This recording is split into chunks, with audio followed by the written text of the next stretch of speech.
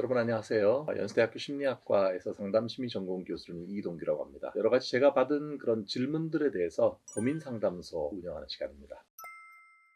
이번 질문은 안정적인 거와 도전적인 거, 이 둘 중에 뭘 선택해 줄지 모르겠다라고 하는 겁니다. 부모님이 바라는 건 안정적인 직장인데 나는 끌리지가 않고, 근데 내가 하고 싶은 그런 분야를 하면 이게 돈도 잘 못 벌 것 같고, 그러면 감당하지 못할 것 같고 상당히 앞으로 무서운 느낌이 드는데 어떻게 해야 되는가. 안정적인 직장, 내가 하고 싶은 거 두 가지를 다 가지면 제일 좋죠. 사실 두 가지가 다 갖춰진다면 고민이 되겠습니까? 안정적인 거를 추구하다 보면 혁신적인 그런 기회가 따로 없고, 또 내가 혁신을 추구하다 보면 불확실성이 커지기 때문에 안정성이 떨어져서 과연 미래에 어떻게 될까 이런 걱정이 들고, 가장 기본적인 거는 우리가 어떤 직업 현실이나 이런 직업을 선택할 때 가장 어려운 부분이 불확실성. 앞으로 어떻게 될지 안다면 고민이 안 되겠죠. 자, 이럴 때 게다가 이게 또 가장 단순한 문제는 또 아닌 것이, 부모님이 또 결부가 되게 되면은 부모님이 뭔가 그동안에 어떤 학비라든지 뭔가 생활비나 많이 지원을 했기 때문에 일종의 목소리를 높일 수가 있단 말이죠. 그럼 거기에 대해서 그걸 무시할 수도 없고, 자기가 나도 뭔가를 이제 벌어야 될 것 같은 압박감 같은 게 많으니까 부모님의 어떤 그런 바람이나 이런 거를 그냥 피해갈 수도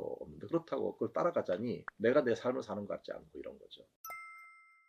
어떻게 보면 우리가 한 진자가 있으면 이쪽 극단에는 좀 안정적인 거 쪽으로 가고 싶은 거고, 이쪽 반대쪽 같은 경우에는 안정성은 떨어지지만 뭔가 혁신적이고 내가 도전적인 걸 해보고 싶은, 안정과 도전이라고 하는 양쪽의 그 진자가 있을 때 우리는 상황에 따라서 왔다리 갔다리 할 수밖에 없지 않습니까? 안정적인 걸 추구하자니 이게 올 것 같고, 도전적이지 않고, 도전적인 걸 추구하면 안정성 떨어질 것 같고, 결국 인생이라는 게 어떻게 보면 이렇게 끊임없이 진자의 추위에서 왔다리 갔다리를 하고 있는 것 같아요.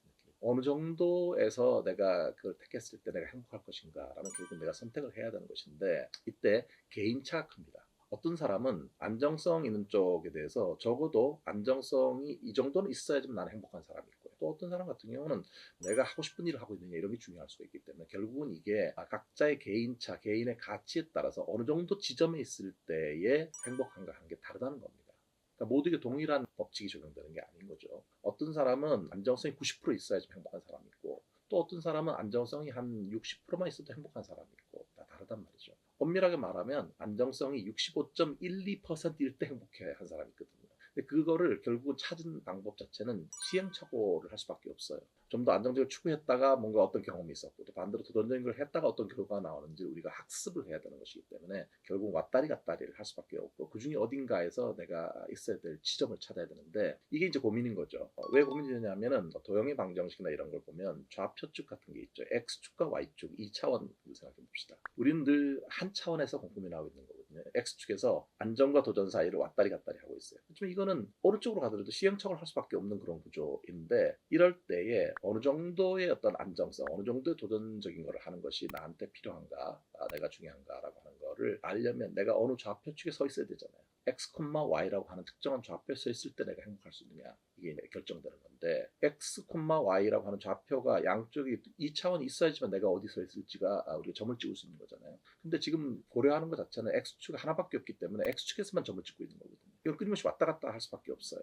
이때 중요한 건 X축을 가로질러서 결단해주는 Y축을 찾아야 되는 거예요. 그러니까 예를 들어서 안정적이냐 도전적이냐만 한 차원만 존재하는 게 아니라, 그 중에 내가 좋아할 수 있느냐 좋아할 수 없느냐, 또는 또 다른 어떤 내가 중요하게 생각하는 가치가 있을 수 있는 거죠. 그러니까 X축에서 안정과 도전의 차원이 좌우로 왔다 갔다 하는 그런 진자의 추라면, 그 중간에 어느 지점을 갈라줄 수 있는 Y축이 있어야지만 둘이 만나는 중간에 직교하는 점, X, Y가 나타나야지만 내가 어디서 멈출지를 알 수 있는 거거든요.